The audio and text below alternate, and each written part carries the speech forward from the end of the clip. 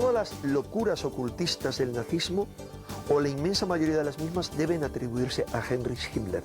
Y una de ellas era su obsesión por las reliquias, por el poder que podían dar las reliquias, o todo tipo de objetos de poder, y desde luego su obsesión por el Grial.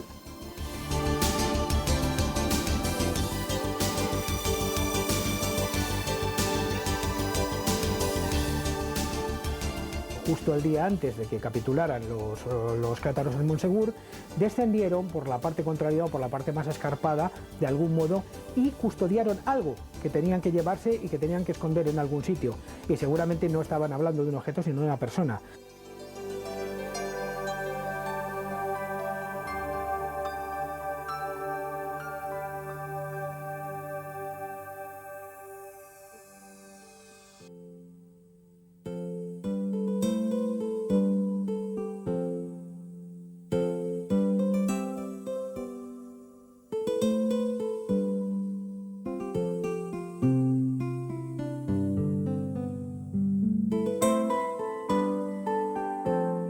Hubo un tiempo en el que esta tierra sujeta entre ásperas montañas fue la envidia de la Europa medieval, una región codiciada por todos, ajena a un mundo que no le supo comprender. Aquí da comienzo nuestro viaje. Nuestro periplo nos lleva por las entrañas de la tierra de Oc. Las montañas crecen mostrando lo abrupto de un paisaje único, donde hace casi 8 siglos se cometió, para vergüenza de las generaciones venideras, uno de los grandes genocidios de la historia de la humanidad. Durante siglos, por los senderos de la Occitania, al sur de Francia, caminaron aquellos a los que los cronistas han denominado hombres buenos, religiosos con un único objetivo: promulgar la palabra de Dios, ofreciendo un mensaje de paz y de amor. Y por ello fueron brutalmente exterminados. ¿Qué secreto escondieron que pudo resultar tan molesto? ¿Acaso una de las míticas reliquias sagradas? Cambiemos de escenario y vayamos por unos instantes a Jerusalén. Sus calles son una mezcla de desorden caótico y belleza sin par.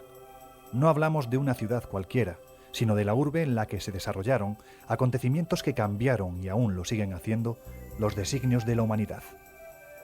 Hoy, del gran templo de Salomón, solo nos queda el célebre Muro de las Lamentaciones, pero es más que suficiente para que nos cercioremos de que es un lugar muy especial. Eso lo sabían los 9 caballeros que durante el mismo número de años estuvieron buscando, no sabemos bien el qué, en los establos de la vieja construcción, allá por el 1118. Tiempo después, estos 9 soldados fundaron la orden de caballería más poderosa de la historia, el Temple. Pero, ¿qué estuvieron haciendo en su interior?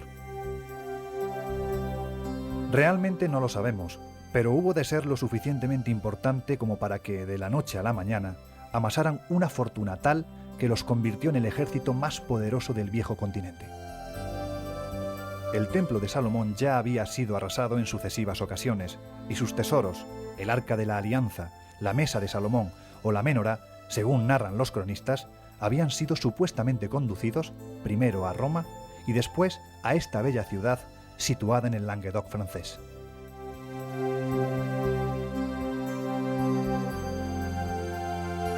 Carcasona, la bella ciudad medieval en la que ahora mismo nos encontramos, fue capital de uno de los imperios más importantes de la historia. Hablamos evidentemente del Imperio Godo. Los historiadores se ponen de acuerdo a la hora de afirmar que bajo este suelo se pueden encontrar ocultos los tesoros que fueron arrebatados a los hebreos del Templo de Salomón en Jerusalén. Pero por encima de todo, Carcasona fue la capital religiosa y política de uno de los movimientos más extraños de la Edad Media europea, el catarismo. El siglo XII despertaba sembrado de sangre y decadencia. Las batallas se multiplicaban por el viejo continente, atisbando un futuro plagado de recelos y odios fraternales. En este marco apareció el catarismo. Los inicios del movimiento permanecen difusos, pero son muchos los investigadores que aseguran que la procedencia religiosa hay que buscarla en el siglo X, concretamente en la persona de Bogomil, el amado de Dios, el hereje macedonio creador de la religión, que habría de portar su nombre y que pretendía la pobreza, la no violencia y la vida de recogimiento para todos sus cofrades.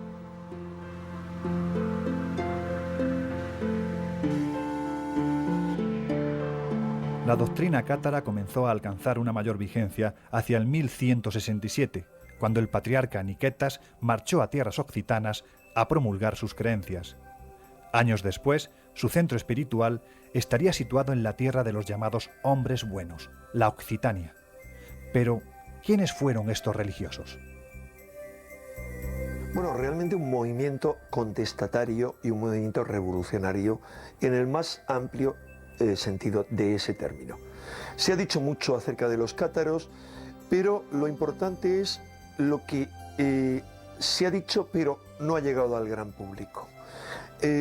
Comparados con la iglesia de aquel entonces, que era una iglesia corrupta y que era una iglesia que no seguía las normas, cuyos miembros no seguían las normas que se predicaban ante el pueblo, eran un movimiento ejemplificador.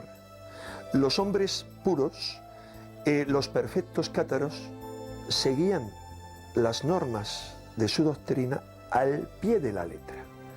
Eran en ese sentido unos integristas auténticos. Protegido de los avatares de una época fascinante y convulsa, el Languedoc se ocultaba tras la formidable cordillera pirenaica, inmerso en una evolución social y religiosa sin parangón hasta la fecha. La tierra cátara estaba sembrada de fortalezas, aparentemente inexpugnables. Pese a su filosofía de no violencia, eran conscientes de que en cualquier momento la situación podría dar la vuelta. No en vano empezaban a ser mal vistos por la Iglesia católica, que veía severos enemigos entre aquellos hombres buenos. Había que estar preparado para lo peor. Yo creo que las motivaciones de la persecución cátara fueron fundamentalmente políticas, como todas las represiones religiosas.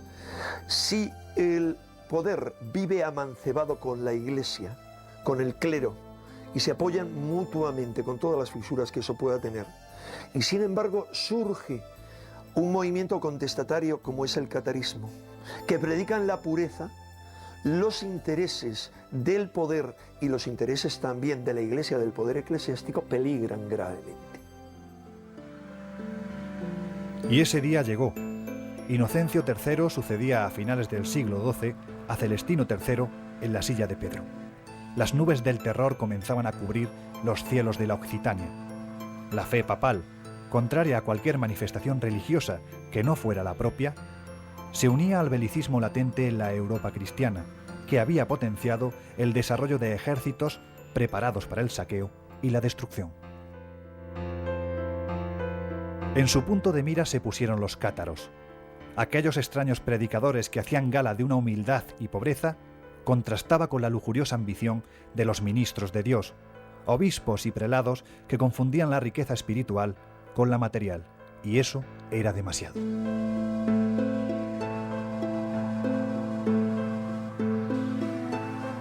Quisieron establecer como principal mandamiento emanado del Evangelio el deja lo que tienes, dáselo a los pobres y sígueme. Y eso la Iglesia nunca lo ha visto nada bien. De hecho, la historia de la Iglesia es la historia de quienes intentaron volver al mensaje original del supuesto fundador y de quienes, desde luego, no estaban por la labor de hacerlo en ningún caso. Pero hubo más. Investigadores y estudiosos no dudan a la hora de afirmar que en Montsegur, el más emblemático castillo cátaro, se pudo ocultar el verdadero objetivo de tanto malestar. Con la muerte del legado pontificio en estas tierras en 1208, Pierre de Castelnau, Inocencio III encontró la excusa para que el rey Felipe de Francia emprendiera la cruzada contra la herejía cátara.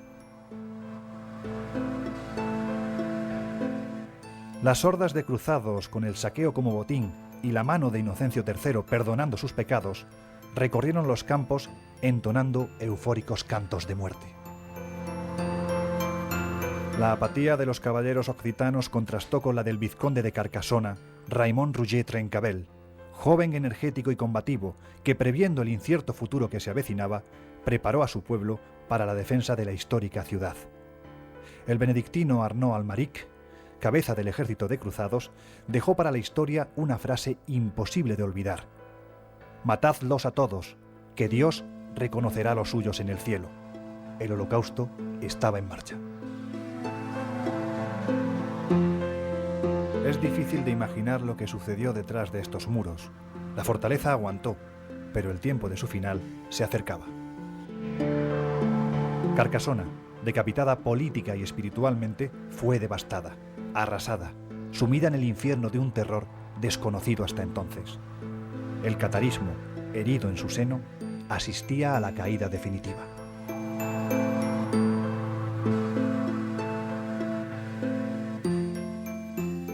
Fueron tiempos oscuros. La luz del fuego iluminó las madrugadas occitanas, extendiendo por los valles el llanto silencioso de un dios que no entendía cómo se podían acometer semejantes atrocidades en su nombre.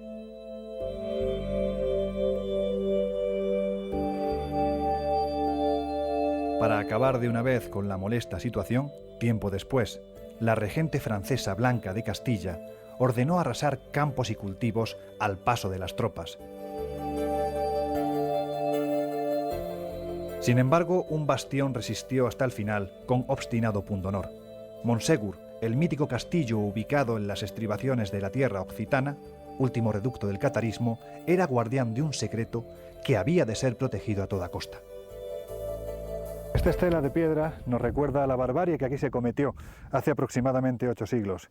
Y es que lo más extraño de toda esta historia es que finalmente los cátaros descendieron por las laderas de la montaña y se arrojaron de forma absolutamente inexplicable y pacífica al fuego que habían encendido los cruzados. Cuentan los cronistas que la noche anterior 4 valientes descendieron por la inexpugnable cara norte, llevando consigo el tesoro que se custodiaba en Monsegur. Posteriormente encendieron una lumbre en lo alto del pico Vidorta, anunciando a los que se encontraban en el interior de la fortaleza que su tesoro ya estaba a salvo. A partir de ahí, la catástrofe, o quién sabe si la salvación. Lo que resulta realmente curioso es pensar qué podrían custodiar dentro de Monsegur que tanto valía la pena como para dar su propia vida. Al ascender por el empedrado camino, cubierto en su estrechez de enormes guijarros, a lo lejos, en la cumbre, podemos contemplar la esquelética figura de un enclave orgulloso, único testimonio de un pasado que se niega a perder su recuerdo. La espesa vegetación queda atrás y el campo se abre mostrando un paisaje de ensueño.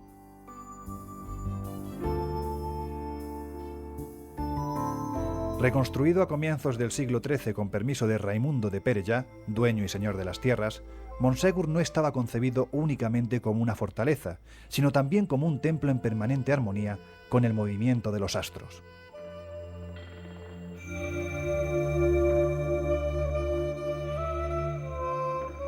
Al margen de ello, la citada Blanca de Castilla veía severos enemigos en aquel pedazo de terreno que tocaba los cielos, y así, en el mes de mayo, las sanguinarias huestes se encaminaron a los confines de la Occitania.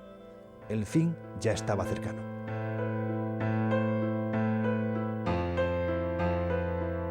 Durante semanas los habitantes del castillo resistieron estoicamente, hasta el 16 de marzo de 1244. Ese día sucumbían abrasados por las llamas del terror, pero el tesoro ya estaba a salvo.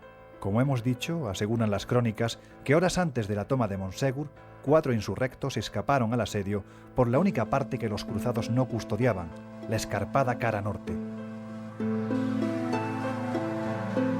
¿Por qué arriesgarse para que joyas y oro no fueran presas del saqueo? ¿O acaso no eran tales los bienes allí custodiados, sino algo de una importancia mayor? ¿Tantas molestias para qué? El tesoro de los cátaros para mí era espiritual. Tenía que ver con posiblemente con los evangelios auténticos de San Juan, con algún tipo de reliquia que ellos custodiaban, pero que no tenía nada que ver con lo material, con el oro ni con la plata. Eso ya había quedado a buen recaudo por lo menos un año antes de que cayera Monsegur en el año 1244. Es decir, el que esos 4 caballeros en la nocturnidad de la noche previa al asalto definitivo rescatan y son capaces de llevarlo a un lugar sagrado y luego encienden una fogata porque habían acordado precisamente con los perfectos, con los cátaros puros, que se encendería una luminaria en el momento que hubiera quedado ese tesoro a salvo, bien podría haber sido el grial o lo que ellos pensaban que era el auténtico grial. Sin duda hubo de ser lo suficientemente importante para que siglos después este lugar se pusiera en el punto de mira de Adolf Hitler. Y es que el dictador alemán mostró un especial interés por el esoterismo y por las sociedades secretas que supuestamente se decían custodias de un conocimiento trascendental.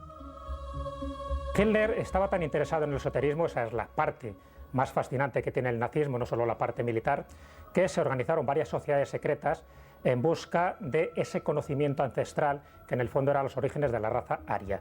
Una de esas sociedades secretas era la sociedad Thule, la otra era Aneberbe. Aneberbe, que era la búsqueda precisamente de esos conocimientos arqueológicos que de una forma o de otra les emparentaban con razas antiguas, con Atlántida, con Lemuria, incluso intentaron buscar vestigios de la raza aria en el Tíbet.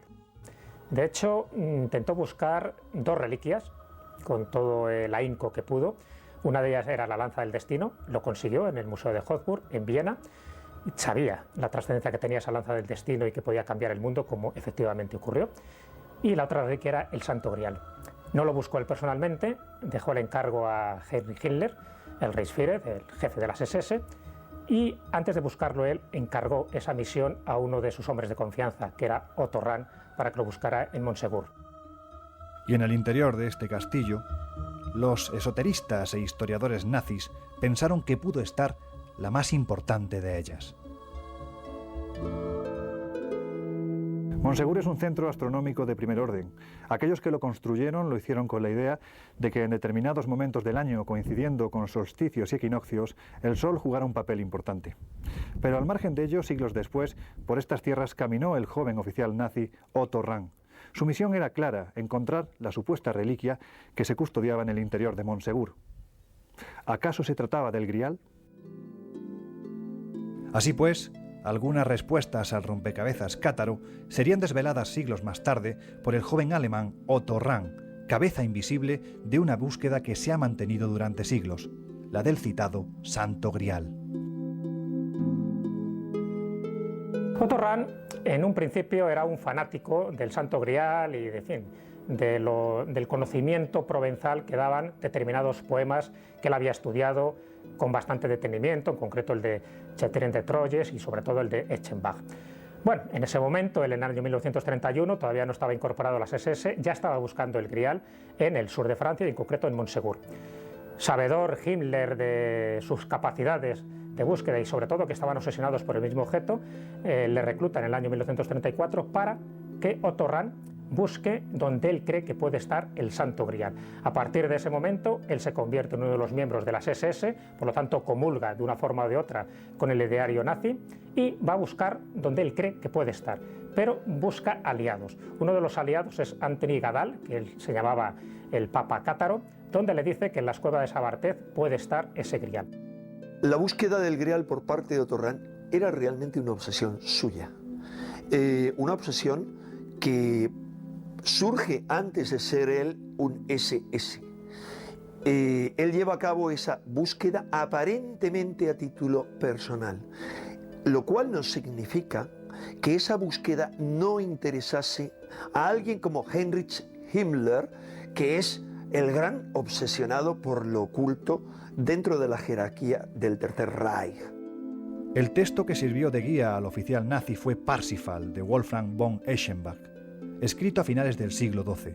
No obstante, llegados a este punto, es conveniente que sepamos qué es exactamente lo que estaban buscando.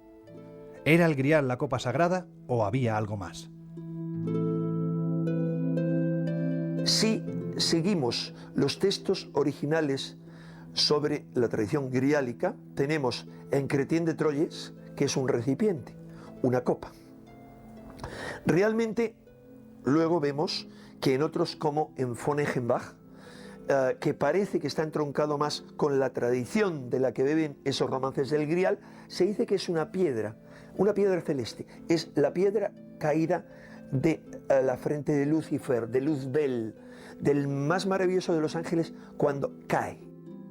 Yo personalmente no me voy a quedar con la teoría de que se trataba de un objeto ni de una copa, sino que efectivamente hace referencia a un linaje que de alguna manera hoy día sigue y está dentro de lo que es la línea legitimista de la monarquía francesa. Rahn acudió por vez primera al sureste francés en el año 1931, atraído por la leyenda negra que hiciera famosa a la región tiempo atrás. Las pesquisas le llevaron a la convicción de que Eschenbach no se había limitado a crear una composición artística y poética, sino que en una segunda lectura reflejó otra historia muy diferente y más relevante. Wolfram von Eschenbach da el nombre de Parsifal al buscador del Grial. Su traducción al provenzal es Trencabel. La madre de Trencabel y su hijo se consagraron a la herejía. Rechazaron la cruz como símbolo de la salud. El Grial era, según mis conocimientos obtenidos, el símbolo de la creencia herética que fue depositado en la tierra de los puros, como relata numerosas veces Eschenbach en su poema. Yo le doy una validez plena al relato de von Eschenbach, incluso superior al de Chrétien de Troyes. Otto Rahn tenía muy claro que el poema de von Eschenbach era histórico, que estaba narrando acontecimientos históricos. Estamos hablando de una época medieval, de una época contemporánea a los cátaros. Todavía los cátaros pervivían, no habían sido exterminados. El Perceval de von Eschenbach está escrito sobre el 1210 y ahí lo que está contando no es nada alegórico ni nada simbólico, a pesar de que hay un lenguaje críptico donde también se cuentan estas cosas, sino que está contando acontecimientos históricos. La reveladora conversación que Rahn mantuviera con un pastor, así de simple, aumentó la expectativa de hallar, en una de las profundas cuevas que recorrían la comarca del Sabartés, el ansiado objeto. Cuando todavía se mantenían en pie las murallas de Montsegur, los puros guardaron en ella el Santo Grial. El castillo estaba en peligro. Las huestes de Lucifer se encontraban ante sus murallas. Ansiaban tener el Grial para volver a colocarlo en la diadema de su príncipe, que se precipitó a la tierra durante la caída de los ángeles. Esclarmonde, custodia del Grial, lanzó la valiosa reliquia a la montaña, que volvió a cerrarse al recibirla, y así fue salvado el Grial. Cuando los demonios entraron en el castillo, ya era demasiado tarde para ellos. Este es un buen lugar para imaginar, para pensar en aquellos proscritos huyendo a toda prisa para poner su tesoro a salvo. Debían de seguir, pues detenerse era sinónimo de muerte. Con ellos llevaron parte de sus objetos sagrados, o al menos eso defendió a capa y espada Antoine Gadal, el arqueólogo que instruyó a Otto Rahn en los múltiples secretos que se hallaban a buen recaudo en algún rincón de estas cuevas. El mismo Gadal reflejó que esta comunidad de renegados pudieron perecer en un segundo genocidio tras ser tapiada la entrada por orden y mandato de los hombres del Senescal. Pero la gruta era enorme y sus salidas, conocidas por unos pocos, muchas.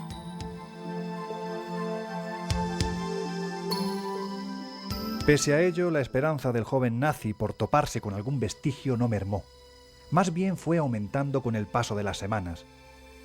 Sus incursiones en el interior de las cuevas le premiaron con el descubrimiento de diversas piezas, así como inscripciones de evidente origen cátaro y templario.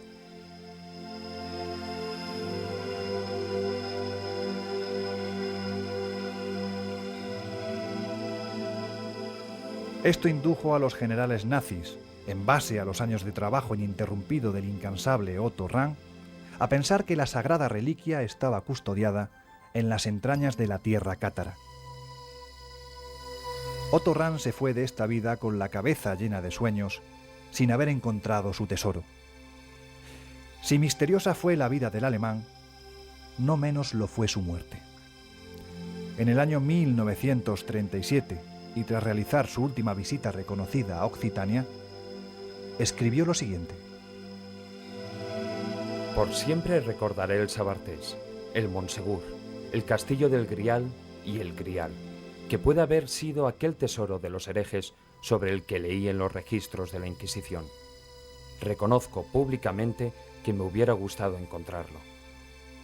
En el año 1939, en el mes de marzo, él se suicida, y se suicida de la forma ritual cátara, que es la hendura, que es dejarse morir de una forma muy tradicional, como solían hacer los puros, los cátaros, los grandes maestros.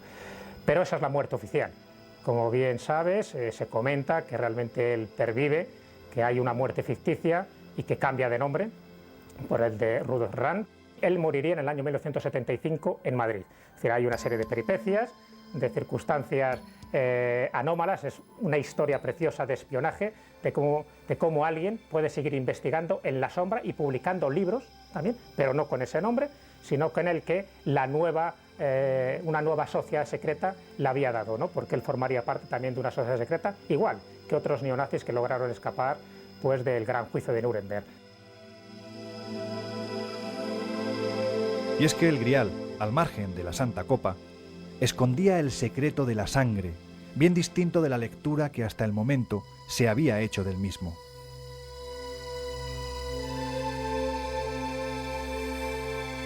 El secreto estaba ahí, y solo había que interpretarlo. Pero eso es otra historia.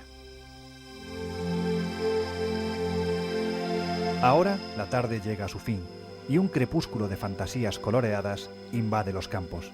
Es la hora mágica, ese momento en el que el tiempo se detiene, ese espacio en el que el oráculo habla, y habla del pasado triste y cruel que asoló estos páramos hace cientos de años. Habla de ese destino negro en el que siempre hay que creer. Marchamos del Languedoc con tristeza, esa misma que despierta el recuerdo del terror que se vivió sobre esta verde tierra. Y es que, llegados a este punto, nuestro viaje ha de continuar.